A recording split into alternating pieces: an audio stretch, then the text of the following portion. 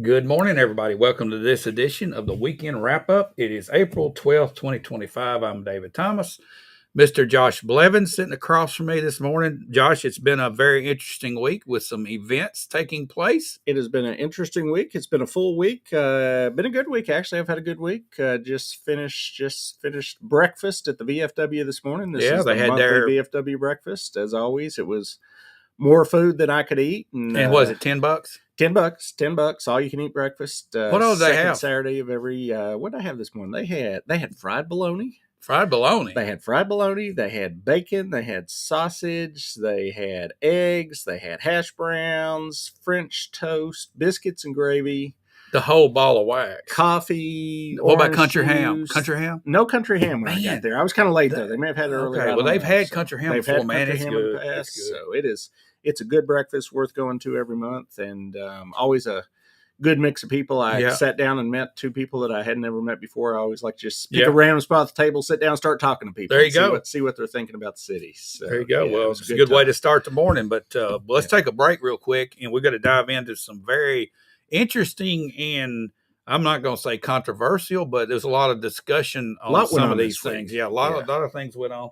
We need to hear from our sponsor, Dennis Young Insurance. We'll be right back to jump in. Yep.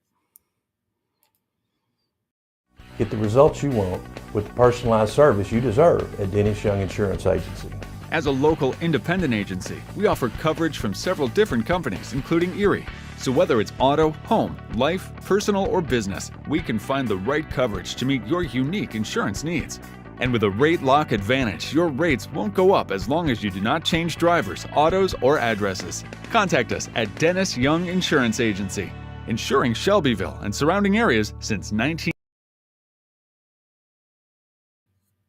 All righty, welcome to the weekend wrap-up show, where we're going to talk about the news that matters. And Josh, you hit the ground running early this week on Tuesday. We did, yeah. Two big meetings this week. We talked about them obviously last week, like we always do ahead of time. We had a county commission meeting and a city council.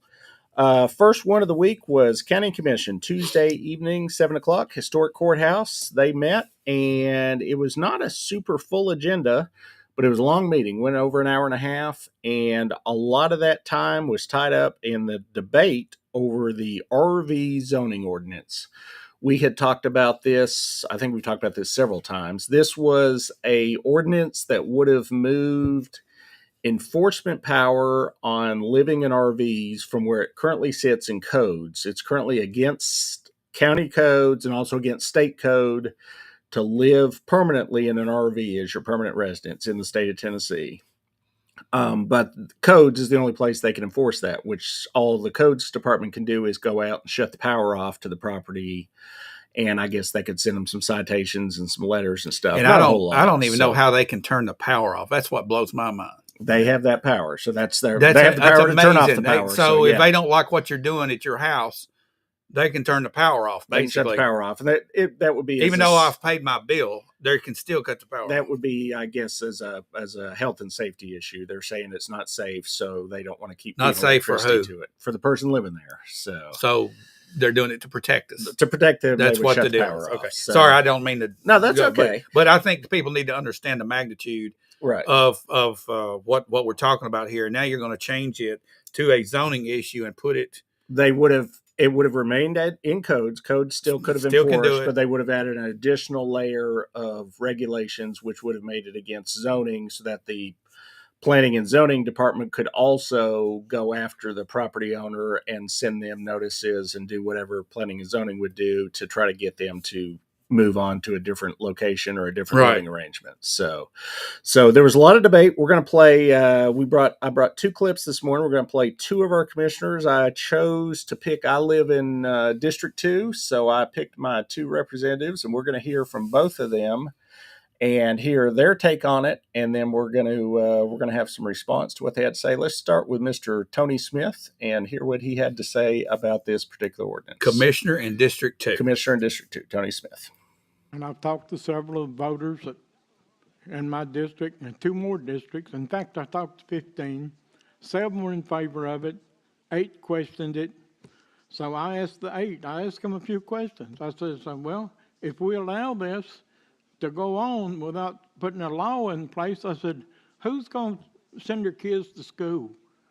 Who's going to serve fire protection for them? Who's going to take care of the law enforcement for them? I said, what do you mean? I said, the county has to provide these services for every citizen. I said, now, if we don't do something, you're going to pay, and they're going scot-free. He said, you need to go put it in place. At the end, I had 15 people that wanted to put it in place and none against it. This is not fair to me as a property owner and a taxpayer, and it's not fair to any other individual in here that owns property. Now, if you want to flip this coin over, I can give each of my kids a 1-acre tract. I can build them a Bedford County starter home. I don't know how many of you know what a Bedford County starter home is. Folks, that's a cracker box. 1,500 square feet.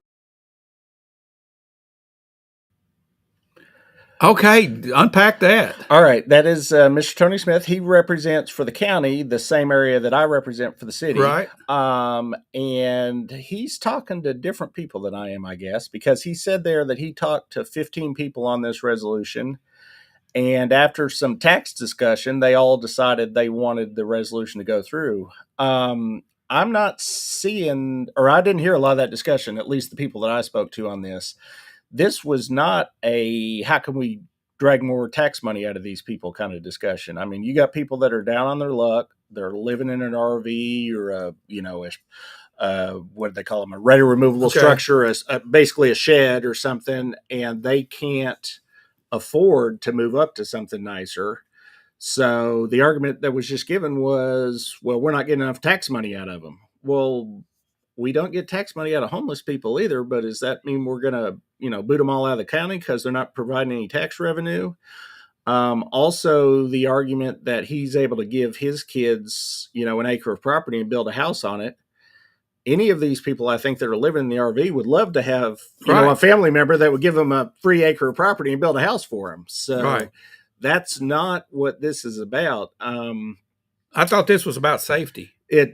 Most of the arguments came down to health and safety, whether they were putting, sewage out onto the ground, whether they had a proper septic system, possibly some life safety issues, whether you could get in and out of the structure safely if there was a fire. But see, that gets down to personal choice, Josh, and I think that's where a lot of people fell on this. That I don't need you telling me my preferences of where I live or what I can afford or what I can't afford. Right. Yeah. So I don't know what I got out of what he said there, and just what I've found, and I've only been in city council for, I'm going to use myself here as an example, for about 4 months now, something like that. As the longer you're in it, which I've not been in it that long, I can already feel how this happens. You kind of get in a bit of a bubble as a, when you're in politics. So much of my time now is taken up at meetings that I'm hanging out with a certain group of people, which is other people that are in politics. And whereas I was just thinking today before I came on the show here, used to be I would walk my neighborhood and meet my neighbors and talk to my neighbors and be out, 2, 3, 4 days a week. And I was so busy this week, I didn't walk my neighborhood once this week, which is really unusual for me. And I think you just get in that kind of political bubble, if you will, where you're just in a certain group of people, bantering back and forth. And sometimes you might lose a little touch with your constituents and what they're feeling out there, which I try not to do, which is why I went to the breakfast this morning to meet some people that I wouldn't normally meet. You got to get out there and actually talk to the people. And he says he spoke to 15 people and they were all for this. I didn't find that many people that were for this, but he may have, he may be hanging with a different group of people than I am. Yeah. So so that was one person that represents my area. So we're going to go to a second one now. Let's play clip 2. And this is Greg Vick. He also represents District 2, which is where I live at. And let's hear what he had to say on this, and then we'll talk about it. We love our rural environment. We like to look and see the cattle. We like to see horses. We like to see nice fences. We like to see nice houses. But what we don't want to see is trash. We don't want to see is living conditions and poverty and Dollar General stores popped up all through there. That's not rural, that's trash. We can't have our county be a place of desiring people to move, to look at ways and opportunities to increase value and build wealth for their families through real estate when we have this and we're accepting it. We have a $1 billion value of property in this county. So people who are trying to build wealth, generational wealth for their family through real estate, and an RV park where they're dumping sewage on the ground next. Okay. I'm taken back, Josh. I'm going to shock you for a minute, David. I'm going to stick up for Mr. Vick just briefly here before we get into this, which is to say that it's hard. You can clip a little piece of what anybody says, and sometimes it's hard to get a feeling for what he's actually thinking. Now, I think, and I don't want to speak for him, but I think if he went back and he might choose his words a little differently on this one. I'm just guessing. I doubt it. Just guessing that he might choose his words a little bit differently. I don't think, hopefully, Well, Josh, that he hates poor all right. people. Well, and let that me he just hates tell you. Let me tell you. Dollar Generals. But so on his side, before we go to the other side, I understand that we don't, and I think you would hopefully agree with me on this. We don't like to drive around and see some of the junked up properties and stuff that are in the county. There's some people that don't do a great job of keeping their property up and looking Sure. good. So that part I can understand. Now, on the other hand, hopefully he doesn't. I definitely don't hate, poor people. And I don't feel, if I see somebody in poverty, I don't look at them and say, man, I want to run them out of town or something. You feel compassion for them and Right. you want to do something to help them and help their You situation. would feel kind of like you don't want to impose a law on them that might cause them to be homeless too. Right. You also wouldn't want them to be homeless. And the yeah. condensation that's all over this comment. Yeah. It is so condescending. The tone, yes. Okay. It's the tone. Maybe the intent was not meant like what you're talking about. The tone tells me otherwise. Yeah, and I'm going to go back to my bubble again. This is building generational wealth and real estate. There are people that sit around and think about that, but that's probably a smaller group of people in the county than the people that I'm neighbors with that are thinking about how am I going to make my next house payment? Man, I hope I'm not late on my car payment. It gets repossessed. Or man, I hope I can buy my groceries next week because the prices keep coming up. That's what I feel like the people that I know that I spend time with, that's what they're worried about. They're not worried about, man, my neighbor's house doesn't look good. My generational wealth is going down. I know. It's like everybody's worried about paying their next bills. Yeah. The next month's bill's coming up, putting food on the table. Yeah. Whether we like it or not, our demographics are what they are. Yeah. Okay. They are what they are. And the comment about Dollar General stores, I've made comments about this many times on the show, that's the demographic that they target. Rural, lower income. They look at the demographics, their target hits their target, they build another store because they feel like they're going to do business there. And these strategic places are put out there. And if you look at our county, it's covered in Dollar General so that somebody can drive down the road and within 3 miles bump into one. Right. Okay? And I heard from some people like in War Trace, they're like, we love our Dollar General because I can go down and if I forgot something for my dinner, I can go down to Dollar General real quick, pick it up without having to drive all the way into town and go to Kroger and go to a grocery store. Man, these are high-powered convenience stores. I mean, you go in, they got pretty good bit of groceries. Yeah. I stop at them all the time because it's convenient. It's like a convenience store for me, and the prices are cheaper than your traditional convenience store. But that's another topic. Right. The whole point of this whole thing is, and I think the argument was being made is, a lot of these folks that are in campers or maybe less than substandard homes or whatever it might be, mobile homes that are hooked up and might not be the traditional picture perfect cookie cutter white picket fence and everything. Those folks, a lot of them, they choose to be that way because they have no other choice.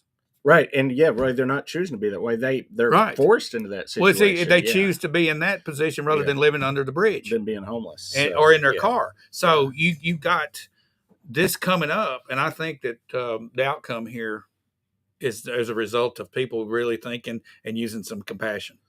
Yeah, I think so. I think if this whole thing had been possibly brought in a different way as just a way to look at beefing up the codes enforcement on the ones that are actually using septic tanks that aren't up to codes, the ones that are actually dumping raw sewage, the ones that are actually causing a negative impact on the environment and causing a negative impact on their immediate neighbors with, again, dumping the raw sewage and whatnot. I know you could play That might some, have been okay. you but could play some clips of other commissioners saying, Yeah. you know, if this situation was where there's raw sewage running over to a neighbor's yard, right. it's a sewage issue. Yeah. It's about septic or whatever. And there's already laws about that. They just Yeah. need to be doing a better job of enforcing. They even mentioned during this meeting that codes and planning both, they do not do any proactive enforcement. They only respond to neighbor complaints. So if you've got a neighbor that's dumping raw sewage, you need to make a complaint with codes and let them know so they can get out there and get the situation dealt with, because they're not out there looking for these kind of situations. Right. Yeah. It was even mentioned by somebody during the meeting, they may drive by a property, see it's not up to codes, but if they don't have a complaint, they don't go out and give them a citation. They just, turn the blind eye and just keep moving on. So if you've got a situation that is actually dangerous for environmentally, dangerous to your health, because of something going on, then you do need to report that. But if you're just upset because you don't like how your neighbor's property looks and it's not really bothering you that bad, I mean, sometimes maybe it's personal property rights. Yeah, I read a comment on one of our posts about this. I think it was the vote outcome, and somebody made to say eventually. I mean, if this continued down this path, Bedford County would be one HOA, one huge HOA. Right, and you can choose to live in an HOA if you want to, but if you choose not to, then you don't want those kind of regulations. Exactly. So it gets down to personal property rights.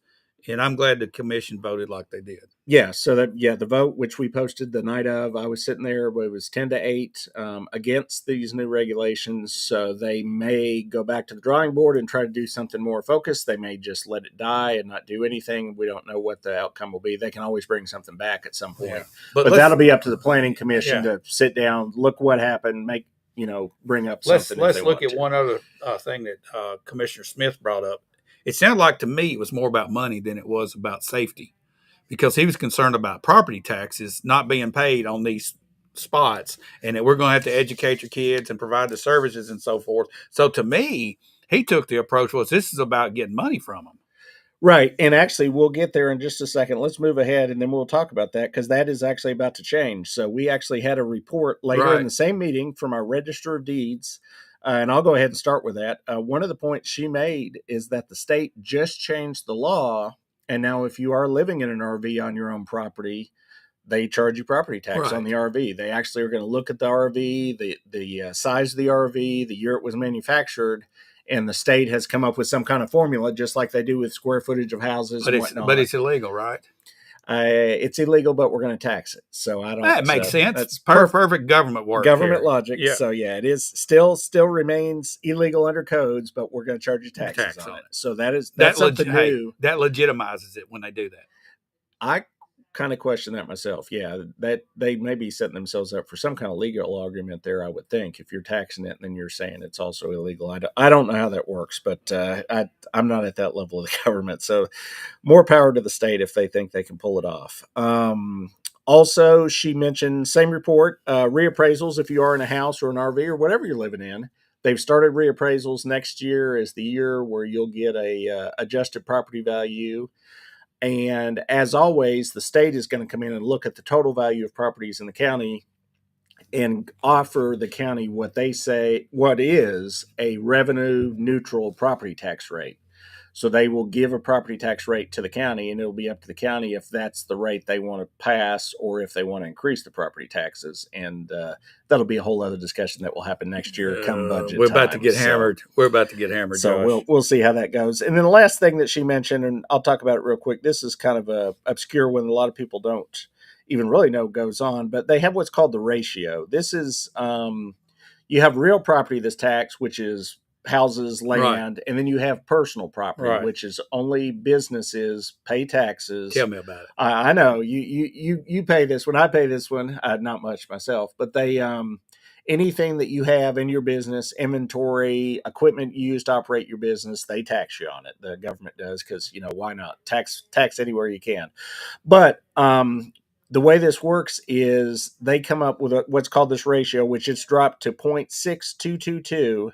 and they apply this to the value of the personal property that the businesses have. It's based on it's based on the difference in what they think the real property is now versus where it's appraised at. They look at that every year. Okay. So every And that's on personal property. that's only on personal property. And then we always get up and we hear this speech every quarter at the quarterly report that, we're losing all this tax money Time because out. of this ratio. You're not losing Yeah. money. First of all, it's a money grab to begin with. So every penny you get is a gain. It's not a loss. Yeah, not a fan of this particular tax. Neither one of us This are. is yeah. it's ridiculous. Yeah. Honestly. Yeah. I'm paying property tax on this stupid table right here, You and I'll pay be tax. paying on it 10 years from now if it's about to fall on the floor. They still tax you. I'm I've got a paying computer that's the older county than a I'm rent paying. Yeah. for my personal property and the inventory in my store and my equipment, my computer, my laptop, this microphone, you name it, it's getting taxed. They have an equipment. It's not a list. loss. It's Yeah. a gain, every penny of it. There's no Yeah. loss to it. Right. Okay. Yeah. They don't, never mind. I know. I don't It's want to get you on your ridiculous. soapbox, It's but ridiculous. it's not one of the taxes that I'm a big fan of, but it's one they mention at this quarterly report. So I just thought I'd bring it up just to rile you up a little bit. Thank So, you. Yeah. Other big report that was on there that I just want to mention real quick was my favorite one we get every quarter. This is the trustees report. Yeah. This is the actual dollars and cents that are going on in the county government. This is not a budget. This is not an estimate. Real money. These are real money and real bank accounts. And as what were we at? March 31st, the Bedford County had $150 million in the bank. So we talked last week about the city and county and the differences and balances. And I believe last quarter they were at about 136 million. So the money's going up. It's to be expected because all property taxes have been due Right. now. During this Since quarter was the February due date. 28th. Yeah, was the due date. So this is the time that the county is the most flush with cash every Right. year. Going So, into the next fiscal year, we've got hit the ground running. We've got all the tax money. right, yeah, we've got our tax money sitting in the bank. So, and then another balance that I always watch closely. This is our debt service account. This is where the majority of our sales tax revenue is going. This is all part of the ongoing court case between the city and the county that all this tax goes into this account.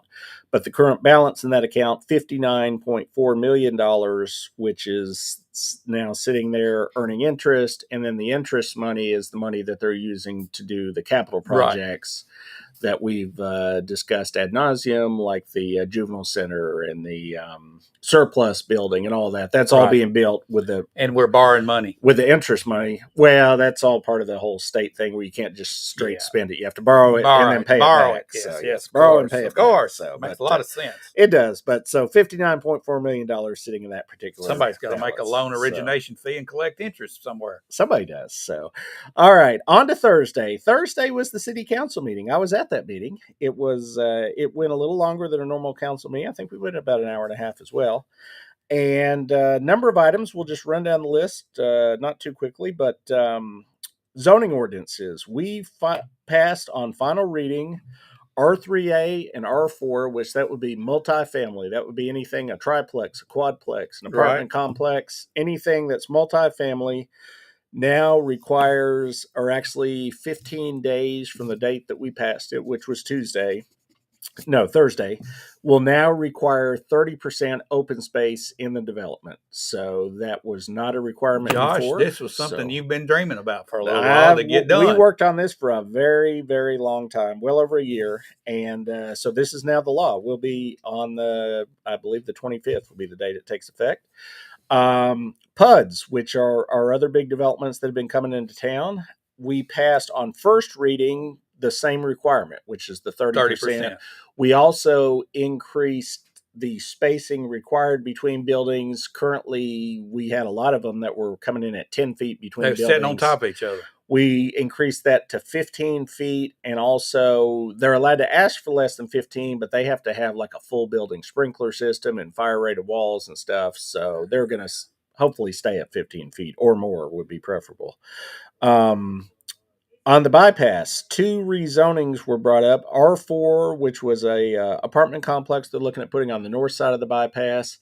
The developer didn't feel like that was going very well, so they asked for a deferral, and they're supposed to submit some more concepts or whatever on that to try to convince us that that's a good idea. So we'll see what we get on that in the next month. C2, the same piece of property, but the south side of the bypass, and this is between Fairfield Pike and 231. There was a request to put C2 in there, which seems to be the direction I'm hearing from people I'm talking to in planning, also on our city departments. This is where we're hoping to go with this stretch of the bypass, which is we'd like to get it into a bit of a commercial corridor where we could have maybe a gas station or two, some big box, some retail, and be generating sales tax revenue, and also maybe do some side access roads off so they're limited access, so we're not plugging up the bypass with a lot of Right. traffic as well. So this passed on first reading. It'll still be up for again next month, and there'll still be some more discussion on that for sure. So, but hopefully that is the direction I think we might go with that particular stretch of property there. Okay, now is this the same? I think there was some discussion about a parking lot for some heavy equipment. Yeah. Now this was and this It's a different location. No, this is the same location. This I brought this up at the meeting. We asked, somebody was there representing the developer. We asked what he would like to put on there, and he said, "Well, I'd like to relocate some of my heavy equipment and put it there and put a fence around it and stuff and some offices." And I said, "That's not what I am envisioning for C2, and I don't think anybody else was envisioning That's that not for C2. creating That- any sales tax. Josh. No, that felt industrial to me rather than Mhm. C2. So that's something that we're going to have to get into down the road at the Planning Commission. We want to make sure when we say C2 that they understand what we're looking for, which is products or services being sold something to being the public. sold to the public is what we're hoping for. And then we had two items where we had a request for money on the hotel motel tourism items. The annual Juneteenth celebration, which has happened on the square for the last, I don't know how many, last number of years. Yeah. They asked for an increase to $2,500 this year. We had debated it, just briefly talked about it at the study session, and nobody really came and presented us anything that showed that there was going to be any change in the celebration from previous years. And we'd been giving $1,000 to that. It does bring, a lot of people to the square. I went to it last year. It's a big event. So we did go ahead and just approve the same amount as last year on that, which was $1,000. There was a second event happening in Bell Buckle for a scholarship fundraiser, Sidney Harris scholarship fundraiser. They asked for the same $2,500, but we looked at this again at the study session last week. And as near as we could make out, it wasn't generating any tourism inside the city of Shelbyville. The event was at the Bell Buckle, the event hall there. So anybody that came to the event, if they spent the night, is more likely to spend the night in Murfreesboro or Bell Buckle or somewhere than they are in the city. So it was up for a vote, and nobody on the council made a motion to give them any to move forward. They had the option to choose a dollar amount. They had the option to not choose a dollar amount. They had an option to do whatever, and nobody felt comfortable enough to pick an amount and move forward with it. So for lack of a motion, it died. So we did approve additional money for the Riverview District. This is they're just about done with, or they've been working on the parking lot back there in front of the Fly. And now they're going to bury all the utility lines back there, so you get a nice, pretty view when you're standing there, I guess. All righty. You don't have to look at the wires. wires. No wires. So, unfortunately, $150,000 to bury all those wires. So they approved that. It was in the budget. It had been budgeted back when they did the budget discussion last year. So it fit. Digging costs a lot of money, Josh. The digging's not even in this. This is just oh. the utility companies actually taking the wire from up on the pole and putting it in the conduit. We got to pay ground, for some digging too, then. Yeah, no, digging's already paid for. Okay, it was Public Works paid for doing it, already. or somebody. Public Works is doing some of that, as a matter of fact. So, and Atmos has been there for the last couple of weeks, moving the gas lines, because we don't want anybody messing with the gas lines except the gas company. All right. So, Good idea. yeah. We approved a low bid on the Deary Street sidewalk project. This was mainly paid for by a grant, so there's going to be some new sidewalks. This is over in front of Circle of Friends on Deary Street. It's not a big stretch. It's a couple blocks over there, but it's a stretch that's needed some sidewalks and needed help for a long time. So we got a grant and took care of that. And then the big one, there was out of the blue, and this was literally out of the blue, because I walked into this meeting not expecting this. It was not on the agenda. I did not get a early heads up or an email or a nothing. I walked in the night of the meeting, and they said, "Hey, I think we're going to vote on the partnership tonight. I said, oh, I didn't see that on the agenda. It wasn't on the agenda. It wasn't on the agenda. So they had some discussion with the city attorney before the meeting, and it was determined that legally, any two members of the council, if somebody makes a motion and then somebody seconds it and you get a majority vote, You you it can put on there. anything on the agenda you want to. Okay. So Councilman Turnbow decided he wanted to go ahead and vote on the partnership and move on. So he Okay. made the motion. It got seconded, and Okay, by a this- 4-2 vote, it got put on the agenda, and then it got voted on. All right. So for people that maybe don't know what we're talking about here, it's Yeah. for the city donating $100,000 of taxpayer money to help fund the Shelbyville Bedford partnership. Correct. Yeah. And this, we talked about this, I think last week. Yes, we we went a did. little bit of the history. You and, had and your book. I had my book with me last week. And actually if you go back and watch the video of the city council meeting, the mayor and the vice mayor laid out the same history that I did on the show last week, which is we received a letter in January from the chairman of the partnership. And he said, we just had the big Christmas event and we think this would be a good time for you guys to rejoin up. So give us $100,000 and we will put 2 members of the council on our board and also allow the city manager to attend the meetings. All 3 of you have to sign confidentiality agreements and not Now, what talk does that about- mean? What does that mean? That means what happens at Fight Club stays at Fight Club. You don't talk about it. So whatever's discussed at their meetings, you can't talk about it. Fight Club. Yeah, this is like did you see the movie Fight Club? Yeah. No, I hadn't Yeah, seen you'd it. I have you'd to check see it the- out. yeah, I'm check out- interested now. You'll have to check it out. All right, But yeah, it is what happens in the meeting stays in the meeting. It's like the Okay, old so what how happens can- in Vegas stays at Vegas. How can you do So, that Yeah, if you're representing the public? that's been part of the debate on this. So that was the offer in January, which was $100,000. We'll put 2 of you back on our board, voting members of Okay. the board. We'll allow the city manager, but they can't talk about what happened. Okay, so that Yeah. the county is giving $100,000. County's giving $100,000. They have 2 They have people to on the sign. board. Do they have to sign the same agreement? The letter said that So- everybody on the board is So agreed they to can't not tell. talk They about it. can't give a report back, obviously, because they didn't show up the other night, and nobody that's on there representing the county can talk to the county publicly about what they talk about. I don't know. Obviously, I've never seen the agreement, so I don't know what all the stipulations are. I can say that having gone to a lot of these county meetings, when I first started going to county meetings, the partnership was getting the same $100,000 at that point. They came in person and gave a report to the county commission every quarter, just like these quarterly reports we Right. just saw this week. They got a couple, we'll call them difficult questions at a couple of those meetings, and the in-person reports went away and they started submitting a written report. As we pointed out here, last quarter, as of the last 2 quarters, they've taken them off the agenda. They don't even do the written report. The written report, they do no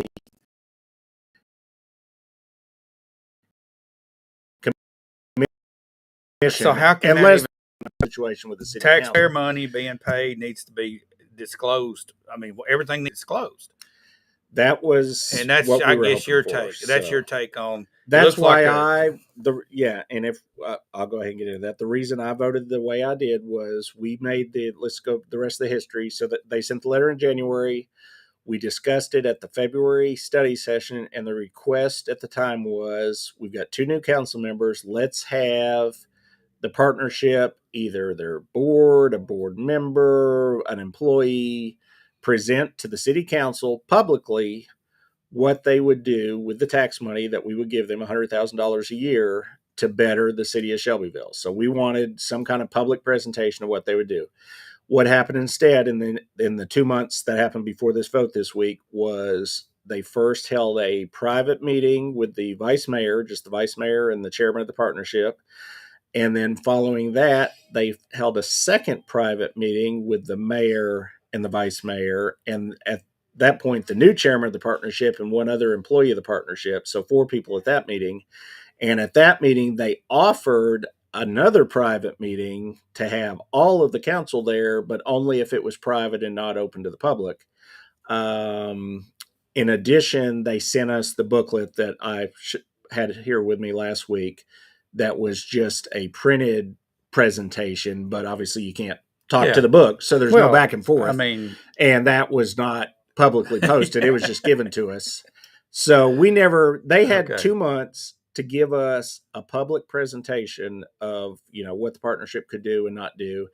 And Councilman Turnbow determined he felt like 2 months was enough time. I mean, if they're out there supposed to be our tourism department, our economic development department, our industrial recruitment, all these things that they're supposed to be doing, if they're going to do a good job of that, but they can't come and prepare a public presentation in 2 months, I mean, how quick on their feet are they going to be on those other things? Josh, I just So- look at this whole thing and I look outside of some ribbon cuttings and an acid factory. I don't see anything else that's taking place that they've really been plugged into. Now, there's a lot of these secret things they might be doing, but I'd like to know what the secret things are that we have to sign a disclosure for. Well, I don't know what the secret things are. I will say that now the Chamber of Commerce, which is now part of this, Right. has been doing excellent work in the last 6 to 9 months. They're doing major events. They've got a lot of things going on in the Chamber of Commerce, but the city offered to just join the Chamber of Commerce, as we had for years, and actually mailed them a check. I believe it was $5,000. Well, they brought that back. And they sent the check back. So we're more than happy with what's going on with the Chamber of Commerce and would be happy to be a member of the Chamber. Okay, so tell me. And that wasn't good enough. We wanted the full $100,000 for the secret meetings and all that. Yeah. And I don't think we so didn't what seem does, to want to be a part of that. explain what the Chamber of Commerce actually is doing. You've been to some of the events. Yeah, So they what are they have- doing outside of events that's going to help a business person? Yeah, they have chamber things. They have 2 networking events every month. They have a quarterly meal. They're the ones that are hosting these ribbon cuttings right now. They're active on social media. They're doing a lot. For all intents and purposes, they're all I see of the partnership publicly, pretty Right. much. If you go on social media and look at the partnership's Facebook page and you look at the Chamber's Facebook page, the Chamber's got all this stuff going on, and the partnership itself once a quarter is posting that they've done something, or if that. I mean, even the last time I was on the partnership website, one time it didn't work. Most recently, I think it's still having some kind of technical issue. It never, at least on my computer, it never loaded their logo in the corner. I got a question mark up in the corner. I'm like, what website am I on? It's just a question mark. So it's like and I don't know, I'm not at the private meeting, so I don't know what all the partnership's doing, but it's not out there. The Chamber is out there. The Chamber is doing things in the community. I see Dana at a ton of events. She's doing good work out there. And Kelly North, who is technically an employee of the partnership, I see her at a lot of events, and I think she's doing things in the community as well. But we just couldn't get to a public meeting. We couldn't get to any kind of transparent, openness. You just We didn't wanted get- to see yeah. financials. There's a lot of things we would have wanted to see Yeah, before we yeah. felt comfortable giving taxpayer money.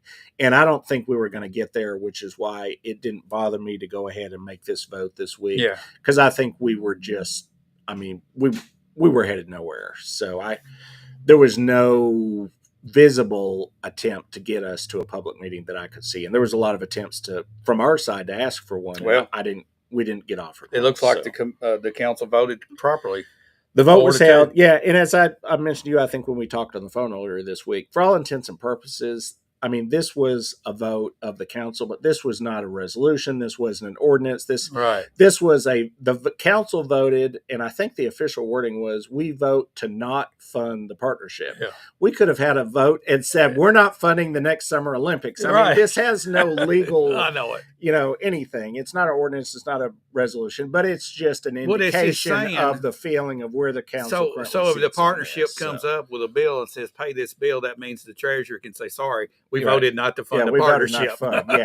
Yeah. So much like if the Olympic Committee came in and said, we'd like you to pay for the Right, Summer exactly. Olympics, we're not doing that either. So, exactly. yeah. Okay, so it's So, just yeah. an official statement. It's just more an than official anything. Okay. statement, basically, from the council saying All right. that it's currently not feeling like this is the direction we're headed. So, and with that was those were the 2 big meetings I was at this week, and we got a few things we want to talk about that's coming up in the upcoming week. But before we do that, maybe we could hear from Mr. Young Dennis one more time. Mr. Young Dennis. Mr. Young Dennis, and our sponsor, and then we'll come back and talk about what's coming up next week. All right.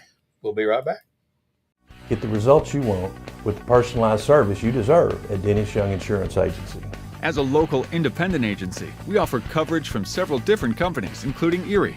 So whether it's auto, home, life, personal, or business, we can find the right coverage to meet your unique insurance needs.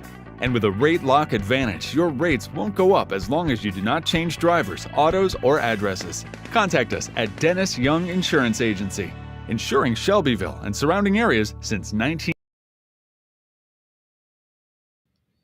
All righty, we're back in here with the weekend wrap up, and Josh, we've got upcoming week. How does your schedule look for the upcoming week? I know Yeah, you're real gonna be quick before we around. get on my schedule, I keep my phone open. And I see one comment I was just going to address real quick. Somebody asked if the partnership is an NGO, which would be a non-government organization. They are, and I don't know a ton about their structure, but I believe they are a 501c6. So they have some kind of reporting requirements where they have to report 990s to the IRS. Last I was able to get a hold of, they had not turned in a public financial statement. The last one ended June 2023, I believe. So they're a couple years. I mean, we've almost had a couple years pass since the last financials that I've been able to see. So I would think technically, yes, they're definitely a non-government organization. I don't think they're not part of the government. And as a 501c6 structure, I think that's kind of a non-profit kind of a structure, but it's not a 501c3 where they're supposed to be out spending the majority of their money on a particular program or something. Right. It's not that type of a nonprofit. Most of it's for salaries. Yeah, the bulk of if you look at their last couple of 990s that they filed, the vast majority of their money all went to the salaries of the employees there. So that's what they did with it. So upcoming week, Monday morning, going to hit the ground running bright and early with the city pre-planning meeting. I don't get that agenda ahead of time. I just show up to that when I'm not even on pre-planning. I just like to know what's going on in my city. So I go to that meeting. And we'll talk next week what was on there. It's usually a couple rezonings, might be a new business of some kind. I really don't know till I get in the room. So Monday morning I'll be there, and we'll talk about it next week. Tuesday evening, county committee meetings. This one is going to have a couple interesting items on the agenda. There is our friend, Mr. Bill Anderson, that just did the sports show. He is going to bring an ordinance to ban step systems in Bedford County, is kind of the way I read it. I got a copy of it earlier this week. I didn't look at it too close. That was what I got out of it. That is going to be heavily debated, I would expect, on Tuesday night. I've already seen that there's definitely a few people that from the public that are going to show up and be interested. Oh, there's already propaganda flying around to try to draw a crowd of realtors to come and talk about this. I don't think there's going to be a lot of debate there because I think the committee's the one that's going to vote. So you got the 5 people on the committee. Yeah, the nice thing about these meetings, because it is committee meetings, it's fairly open format. So in theory, Commissioner Farrer, who's the chair of this committee, can allow people sitting out in the audience to just kind of talk back and forth, and a lot of times he does. So I think there'll be a bit of discussion on this. We'll see which direction it goes. Same evening, the Public Safety Committee is going to get a presentation by Motorola on the status on the TACAN radios. We had this was a hot topic about a month ago after the previous Public Safety Committee. In that interim time, which what are we about 3 or 4 weeks past then now, there has been a steady amount of traffic on the analog system, the old analog system of testing, radio testing. I hear almost every day of the week, I hear multiple radio tests going on there. So I think, at least from just an observer, it seems like maybe they've been doing a little bit of work on that analog system, or I don't know why. At least they're testing it. So they're testing it to see what, where it's working and where it's not. But we're going to hear from an actual Motorola representative on why it's taken so long to get the TACAN radios in, possibly a status update, maybe a projection on when they're actually going to be working. I don't know, but we'll find that out Tuesday evening. And then the big one, that's not really the big one, Thursday morning, I've got the old Railroad Authority meeting. Yes. And I'm going to find out about what's going on with the trains in Bedford County. I know. So they're flying around here. There's trains going by, and I wish I could tell. The only people I think in the county that really care a lot about the trains are the people of War Trace, because it always stops in War Trace. And even though I am sitting on the Railroad Authority, I can tell you I have no control over that. I You're know welcome to call and complain, but I can't do anything about it. And I don't know anybody that can, because I think plenty of people have called and complained, and the train continues to sit there every Yes, now it's and going again. to take So a break right there. It just sits right there in War Trace. And, you know, So- there's no good way to get around that. no, it's a problem. You're when it there. sits It's You're it's a stuck. choke point. If you want to Yeah. get around it, go to It's a Tullahoma and come long way around. around, I Yeah. think. So yeah, so that's.